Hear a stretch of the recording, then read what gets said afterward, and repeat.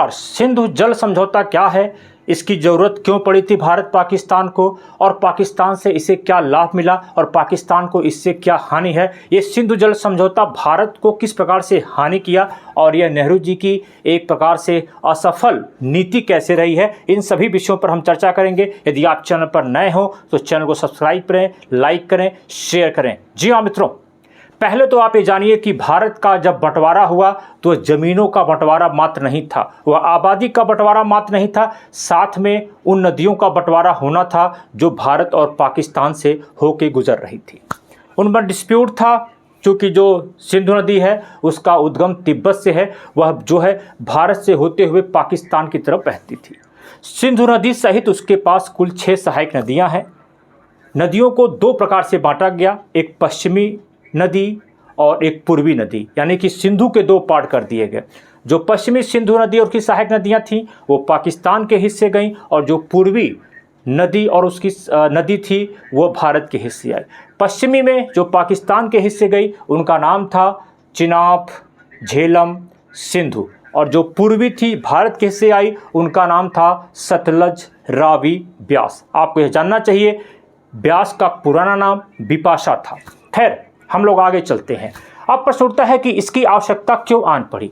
हुआ क्या कि जब 1947 में भारत और पाकिस्तान का बंटवारा हो चुका था, किसी कारणवश भारत ने 1948 में अस्थायी रूप से जो भारत से होते हुए जल जा रहा था पाकिस्तान की तरफ उसको रोक दिया।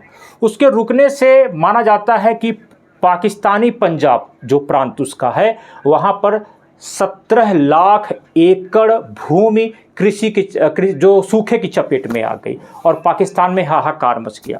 पाकिस्तान के उसमें राष्ट्रपति थे अयूब खान, वह भी यूएनओ की तरफ भागे, जैसे पंडित नेहरू भागे थे कश्मीर को लेकर यूएनओ में, ठीक उसी प्रकार से वो भी भागे।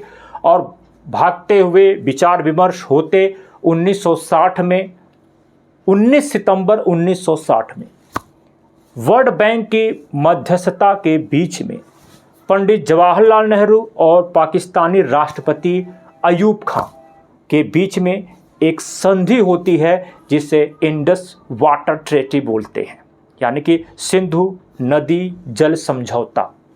खैर, इस संधि में एक नेहरू जी इतने प्रसन्न थे, यद्यपि यह संबंध जो संधि थी उससे भारत को हानि हुआ। इस संधि ने 80% जल पाकिस्तान के हिस्से कर दिया और 20% जल हिंदुस्तान के हिस्से किया। लेकिन पंडित नेहरू थे भाई, उनका पाकिस्तानी प्रेम था, वो इतने खुश थे कि अयूब खान और पंडित नेहरू कराची में एक रोड शो भी करते हैं, इतने प्रसन्नचित्त हो गए।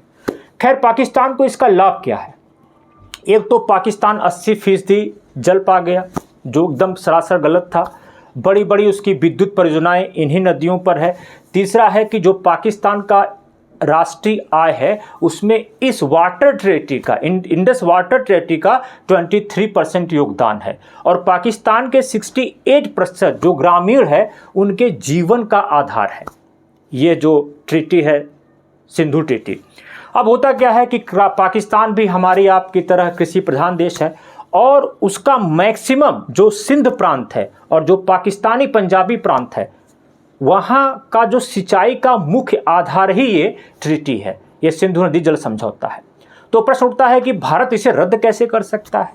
तो एक आपको यह जानने की आवश्यकता है कि भारत ने एक वियना ट्रीटी की थी, वियना समझौता किया था, उसके यानी ट्रीटीज ऑफ लॉ, उसके जो धारा 62 है उसमें यह स्पष्ट लिखा गया है, यदि भारत को कभी लगे कि पाकिस्तान के चरमपंथी गुट या आतंकवादी का प्रयोग भारत के खिलाफ कर रहा है, यानी अपने आतंकियों का प्रयोग भारत के खिलाफ कर रहा है, तो ऐसी स्थिति में उस इंडस ट्रीटी को रद्द किया जा सकता है। आप एक चीज़ और जानना चाहिए कि जो इंडस ट्रीटी है प्रतिवर्ष पाकिस्तान को 154 मिलियन लाख हेक्टेयर वर्ग फीट पानी मुहैया कराती है, और भारत को क्या मिलता है, केवल 20%।